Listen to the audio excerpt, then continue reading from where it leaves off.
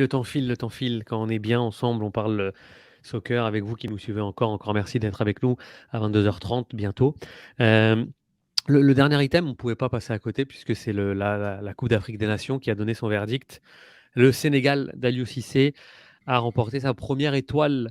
Voilà, champion enfin, comme le mentionne Sofiane. Puis on voulait terminer, alors pas sur un bilan ou quoi que ce soit, parce que peut-être on fera une petite émission, peut-être, on verra un petit peu. Mais On bon, va essayer, Jules, on va essayer. on va essayer, c'est pour ça que je Ouais, promets rien. on Mais va essayer. là, on voulait vraiment euh, parler un petit peu voilà, du champion. C'est-à-dire que voilà, votre sentiment un petit peu sur cette finale assez rapidement, et puis sur le fait que ce soit le Sénégal. Moi, je vais partir en disant que je suis vraiment très content. J'ai aucun parti pris, mais je suis très content pour cette équipe, pour cette génération qui met enfin un trophée tu sais, dans sa boîte, dans sa boîte à trophées. Et, euh, et voilà, et aussi très heureux pour un Sadio Mané qui a raté son penalty en début de match et qui revient offrir le titre. Je trouve que ça a été l'équipe certainement la plus cohérente, alors qu'il n'a pas forcément produit un jeu flamboyant tout le long de la compétition, mais qui a été très, très, très cohérente sur ses forces, sur son plan de jeu, et puis qui, même dans l'adversité, a su répondre et s'adapter finalement à chacun de ses adversaires. Donc, je trouve pour le coup que c'est un très, très beau champion de la CAN. Et un tout petit peu déçu de la finale parce que malheureusement, pour avoir une finale, il faut deux équipes, ou en tout cas un beau match, il faut deux équipes. Je trouve que l'Égypte a aussi été très cohérente dans tout ce qu'elle a produit cette CAN, mais malheureusement, j'aurais aimé un petit peu plus de prise de risque de la part de l'Égypte pour que ce soit un petit peu plus Pour du emballant. Maintenant, entertainment. une Ouais. finale, ça se joue pas, ça se gagne. Donc j'entends bien que il faut aller chercher le titre, mais Ouais, je suis juste un bon, tout petit peu déçu là-dessus. Mais sinon, très très beau champion qu'est le Sénégal pour tout ce que ça représente. Ouais. Moi, je suis hyper soulagé pour une belle génération. Historiquement, le Sénégal en CAN, c'est pas très bon. Ça coïncide leurs deux bonnes phases, une troisième moins connue au début des années 90, mais leurs deux bonnes phases, c'est leur meilleure sélection, là, la génération Hadji Diouf, mais la génération Sadio Mané. Entre les deux, c'est le néant total, ou presque. Donc, je suis content pour eux. C'est un soulagement. J'ai pas tout aimé là sur les réseaux sociaux, c'est beaucoup d'émissions là que je vois là. Je vois des clips sur YouTube qui sont passés où genre on allait baser l'héritage qu'allait laisser Sadio Mané en Coupe d'Afrique des Nations s'il ne gagne pas cette CAN là cette fois, après avoir battu quoi l'Algérie. Je dis ok. Tout le monde l'attendait au coin, au tournant pour dire si tu gagnes pas ça, t'es nul, quasiment. Mais moi je dis bravo à lui, bravo à tout le monde, puis je suis content pour Aliou Cissé, puis je dis chapeau au Sénégal. Vraiment, c'est mis à part tout ce qui est tactique en termes d'émotion, je suis soulagé pour eux parce j'aime tout le temps voir une équipe, une équipe qui est intéressante gagner pour dire ok c'est bon, comme ça on arrête de t'emmerder, t'as rien gagné alors que tu fais des demi-finales, tu fais des finales, t'en perds, ça arrive, tu peux pas tout le temps gagner. En termes de philosophie et d'émotion, soulagé pour Sofiane. Je respire. ouais, bah moi, très simple, là, oui, c'est un beau champion, puis je suis très content parce que si l'Égypte avait gagné, ça m'aurait vraiment dégoûté du foot, parce que c'est juste dégueulasse. Moi, sérieux, je trouve non, mais sans blague, c'est une insulte au foot, c'est Emotional dégueulasse. damage. C'est horrible. Moi, Mais perso, je Red, trouve que moi c'est qui ai juste vu horrible. les highlights puis pas les matchs, explique un peu là, pourquoi tu dis ça? Parce que, en fait, je t'explique. Moi, je trouve. Puis après, quand on vient, on dit ouais, mais on joue avec les moyens, etc. L'Égypte est comme peut-être une des meilleures ligues en Afrique. La ligue égyptienne est une des meilleures en Afrique. Puis tu regardes les dernières éditions, on parle de 22 sur 23 qui sont locaux, 20 sur 23 qui sont locaux, 17 sur 23 qui sont locaux. Donc là, je pense dans cette édition-là, il devait être 18 sur les 23 qui jouaient dans le championnat égyptien. Tu as un des meilleurs joueurs du monde qui est égyptien. Produire ce football-là, c'est horrible. À partir déjà en poule, je crois, ils ont mis un but. C'est sérieux. Puis à partir des quarts et des huitièmes, c'est une manière de jouer. Après, ça fait partie du foot aussi, il n'y a pas de problème. Genre, je pense que l'Italie a gagné beaucoup de matchs comme ça, la Grèce ont gagné comme ça, il n'y a pas de problème. Moi, je dis juste, c'est pas le foot que j'aime, puis ça aurait été un champion très moche. C'est tout.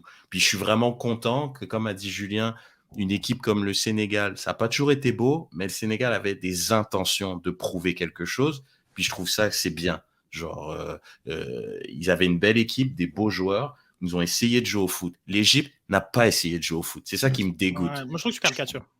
Je trouve qu'il y avait beaucoup. En tout cas, je trouvais qu'ils pourrissaient beaucoup le match. C'était très.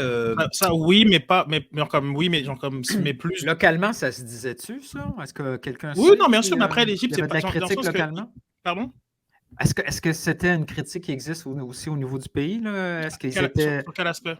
Mais est-ce qu'en Égypte, est-ce que quelqu'un sait si en Égypte on critiquait cette façon de jouer là ou ça faisait. Historiquement, l'Égypte est quand même. Tu me corrigeras, sauf si je me trompe. Et si l'Égypte, c'est quand même une équipe qui, en termes d'organisation, c'est toujours très solide, c'est bien organisé. Une défense ils ont eu un excellent gardien qui a été là pendant 20 ans. La défense, c'est des gars, c'est dur sur. Il n'y a pas de problème. Juste, moi, j'ai déjà vu l'Égypte mieux jouer que ça. Puis là, je trouve c'était très caricatural. Je pense que ton évaluation de l'Égypte, elle se base sur une des meilleures générations comme de l'histoire de l'Égypte. C'est-à-dire que les Bouteflika, genre ces gars-là, c'était parmi les meilleurs de l'histoire de l'Égypte. Ceux qui ont gagné 3 fois de suite. Bon, la troisième, c'était pas trop ça, mais bon, c'est sûr que c'est inférieur à ça. Maintenant, faut pas, ils ont eu un parcours qui, eux, ils savaient qu'ils ont l'avantage à faire traîner le jeu et aller justement jusqu'au tir au but, etc. Mais faut pas non plus caricaturer parce que il y a par séquence, je trouvais qu'ils arrivaient à jouer, mais ils pouvaient pas jouer comme ça pendant l'ensemble du match. C'est vrai qu'il y a un petit déficit, un petit trou générationnel. Je pense qu'en début de compétition, c'est une équipe que personne ne les voit gagner objectivement.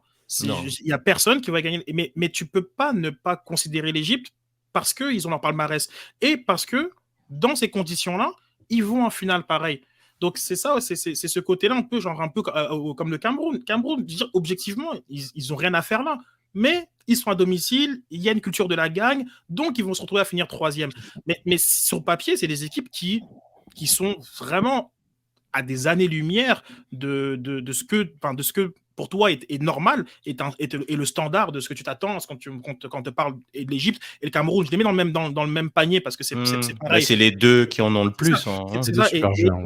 Mais ils ont réussi à compenser parce qu'il y a une forme de culture de la gagne qui les a habités et qu'ils ont réussi à arriver jusqu'à là. Mais le Ghana n'a pas réussi. Et le Ghana est dans la même situation. Le Ghana, on parle de 4 Coupes d'Afrique. Normalement, quand tu es dans un creux générationnel, tu peux faire ce que tu veux, mais c'est très compliqué. Donc, c'est pour ça que je mets un petit bénin parce qu'il y a par séquence, par exemple, sur le match de la Côte d'Ivoire, oui, il y a pareil, une première demi-heure de feu, mais après, ça c'est très équilibré en deuxième mi-temps. Il y a énormément d'actions. On a eu pareil avec le Maroc. On a eu pareil contre le Cameroun. On a eu des premiers mi-temps qui étaient vraiment pas à niveau. Et en même temps, à chaque fois, tu es en face d'une équipe qui n'a pas réussi j'en veux aux adversaires aussi. Ils n'ont pas réussi à tuer le match. Puis, les deuxièmes mi-temps des Égyptiennes sont très, très, très cohérentes. Puis ensuite, après, l'autre avec sa bouteille d'eau, lui, il est prêt pour les pénaux. Donc, mais bon, pour revenir au Sénégal. Ouais, donc, magnifique, belle histoire. Je suis d'accord avec Julien, je suis très très content pour cette équipe. Je suis très très content pour ce peuple. Comme parmi mes meilleurs amis, tellement comme sont sénégalais, c'est vraiment des frères et je suis vraiment très heureux pour eux. Je suis heureux aussi pour ce que ça signifie dans le football africain et même mondial, parce que le Sénégal, par Sadio Mané, était extrêmement suivi aussi en Angleterre, pas sur le côté de la francophonie, mais plus au côté vraiment de Liverpool, c'est une évidence. Parce que c'est plus le Ghana, le Nigeria et les autres équipes d'Afrique australe anglophones qui sont très suivies du côté de l'Angleterre. Mais donc, je suis content parce que c'est bien finalement. On a aussi besoin d'un football de stars. On a besoin aussi que Ronaldo gagne l'Euro 2016. On a besoin que Messi gagne la Copa 2021. On a besoin que Sadio Mané gagne la CAN. C'est le foot. Et s'il nous fait rêver, c'est pas aussi pour juste voir même des beaux collectifs qui soient pragmatique ou bien huilé. Je veux dire, on veut rêver avec des stars qui font des gestes décisifs. Donc, je suis très content pour lui. Je suis content pour Edouard Mendy aussi, qui remet une pièce dans le jukebox de nos discussions sur les meilleurs gardiens du monde. Ça, c'est vraiment cool. On va encore avoir plein de débats plein de débats à ce titre-là. Donc, lui aussi, il a sa séance de pénalty décisive, Donnarumma contre l'Angleterre. En tout cas, on va en parler un autre jour. Et non, c'est beau pour Aliou Cissé, qui est un coach local. Malgré que bon, ça aussi, c'est des clichés un peu, parce que sur les 9 dernières éditions, 6 ont été gagnés par des coachs locaux, dont 2 par Hervé Renard. Donc ça aussi, c'est un peu tordre le cou à des idées reçues. Et donc c'est tellement. Puis franchement, là, je vois toutes les scènes en ce moment à Dakar. Je vais essayer de vous partager un peu mon écran. Mais quand Klopp, il va qu'il aille se cacher, quand il parle d'un petit tournoi, genre caché au fin fond d'un dock à Liverpool, de quoi tu me parles d'un petit tournoi? Sadio Mané te dit, je préfère 10 fois gagner la CAN que la Ligue des Champions. Donc, comme Edouard Mendy, te dis, comme que j'ai des frissons, c'est même pas comparable à avoir gagné avec des champions. Et il a pas gagné il y a 50 ans avec des champions, il vient de la gagner. Et puis, genre, c'est à un moment donné, voir tout ça, voir cet engouement, cette émotion, cette belle équipe, ben, je suis content. Moi, je suis fier pour mon football africain. Puis, genre, ça, c'est du côté de la France. Tout ça, voilà, moi, ça me rend énormément fier. C'est un gros message envoyé au reste du monde. Puis non, c'est beau. C'était beau. C'était vraiment, vraiment beau. Donc, je suis très content. Ça m'aurait pas déplu. Bon, enfin, je veux dire, de l'Égypte, ça aurait été la 8e. C'est pas non plus c'est pas l'équipe du coin non plus, l'Égypte. Mais je suis content que le Sénégal. L'équipe du dépanneur. J'ai Titi qui dit ça, rendez-vous 9 juillet. Tu vois, t'as 5 étoiles sur le maillot, c'est pas l'équipe du coin, quoi. Non, mais c'est vrai, tu vois, c'est ça. Donc, il y a pire comme champion. Même si ça n'aurait pas été flamboyant, ben, on aurait eu les narratives un peu à l'Allemagne, à la fin, c'est eux qui gagnent, quoi. Non, c'est vrai. Merci beaucoup, en tout cas, de tous avoir donné votre avis sur cette CAN qui a quand même été très, très spectaculaire, remplie d'émotions. Donc, vivement la CAN 2023 en Côte d'Ivoire, parce que ça va batailler dur aussi. Certainement que les éléphants voudront aussi aller soulever la coupe à domicile, donc ça va être très, très intéressant. Les Europes, ça fait longtemps que c'est pas arrivé. Ouais, mais en plus, une édition back-à-back comme ça les Européens, là, on se calme. Là. En mars, là, on a des qualifs au mondial. Okay, merci beaucoup. Il y a un Égypte-Sénégal d'ailleurs. Égypte-Sénégal. J'aimerais bien ne pas avoir. J'aimerais bien déstresser un peu. Là, il y a un Cameroun-Algérie, t'inquiète pas. Tunisie-Mali. Starfallah. C'est quoi ce match? Attends.